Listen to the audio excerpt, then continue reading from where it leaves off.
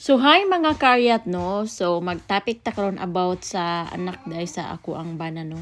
So nurse ang anak sa ako ang bana. Ang yang edad kay 29. Manghod pa kog isa ka tuig by 28 man ko. So mga karyat buntis ang anak sa akong bana o twins pag yun. Unya kanang anak sa akong bana grabe na ka-spoiled sa akong bana. Kaning papa kaayos tanan mismo ang pagluto og chicken mo chat pa siyang papa nga unsaon pagluto ang chicken kay kanilang gi-spoiled kaayo siyang papa. Unya karon kay nabuntis naman siya, so kinahanglan siya nga mustanda gid siya siyang kagalingon kay mag-matured na siya kay naa na siya duha ka anak, twins pa unya po o malabot. Unya karon mga kaariyat kanayang anak grabe ka gastador, materialistic ay nga tanan as in kanang lukop og pamalit nga mamahalon nga mga gamit ba. Sus usahay mas stress iyang papa kay akong bana kay muchat mangayo og kwarta kay mukiri na daghan ka siya gipamalit mo ni mo nawala na siya kwarta kay daghan kay gipamalit. Kanang iyang anak pag graduate niya girigaluhan nagsakyanan sa akong bana.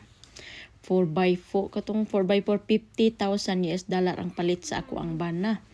Unya kanang iyang balay karon gipuy-an yuta na sa ako ang bana, so gihatag pa jud sa akong bana sa iya ha. Unya kay para lagi siya magkuan siya ba mag-start siya kuan iyang kagulingon nga balay since na siya trabaho. Kuya stop.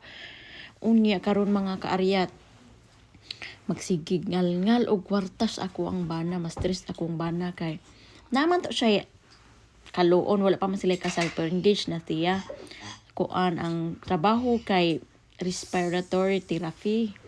So, nindot mang patrabaho pud unta. Ang nakakuan lang yun sa iya kay grabe ka gastador. Manuhol pa og manglimpyo og balay, manuhol og panglimpyo og yard kay iyang bana dili daw magmon sa yard kay init daw unya.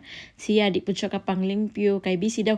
Unsay busy nga? So sa kasi mana 3 days ra man siya mo duty kay bali 24 hours man daw na siya mo duty. So naa siya the rest of the week dako kay siya panahon para magbuhat-buhat pero dili kanang wala na anad man og trabaho. So sige na lagpanuhol lisod kaayo kung dili ka kabulong mo trabaho diri kay diri si Amerika kanang panuhol kanya pirti ba yang mahala.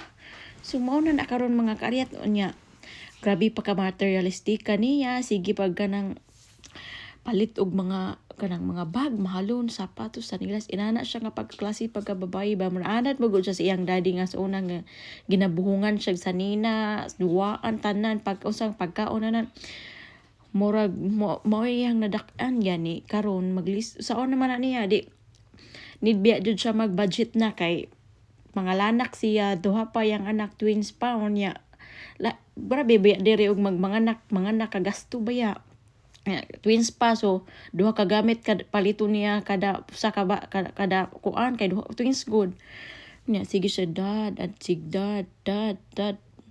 yang akong bana usay sa puton kay mani siya ba niya akong bana sa puton og gadget inigaw man ana mohatag rapod kay maluoy siya kay iya laging anak niya iyang bana kay grabe ka kanang bata pa jud siya kay 20 basta bata 28 pa man pud ang edad good, so wala pa jud siya buot pud inay na kaingon ko nasamot jud sila unya inignaan na sila anak ba magkayamukat jud ilang puyo kay sus more expenses karon nga gani nga wala pa gani no wala pa sila anak nagsige daddy kay walay kwarta kay sige ginan siya siyang daddy stop buying kanang mga things nga dili jud needed kay naa kay anak mo malabot inana kay ug magsige siya pamalit wala jud siya magunsa na lang sila nya na pa sila malabot nga anak duha ka buok maglisod pa siya trabaho ni anak kay ngano na siya do kabuk anak kisay magbantay na magtalig sa siyang bana umbot na lang ako gauna karon mga karyat nakaingon sugog my god abot sa panahon nga mga anak siya twins iyang anak patay samot kaya mo kat syudang agi kay wala siya buot way nakatunan as in ingon akong bana nga kanang mas taas pa daw ko, mas matured pa daw lagi ko kaysa ihang anak. Ingon sa kumbana tungod siguro sa ako ang mga experience ba mga kaagi, pero yung anak kay wala may experience, walay ko ana munang inana as in diyo lagi siya daddy saon man ani anak, ingon ko nga oh my god bahala sila diha basta ako dre go ra gyud.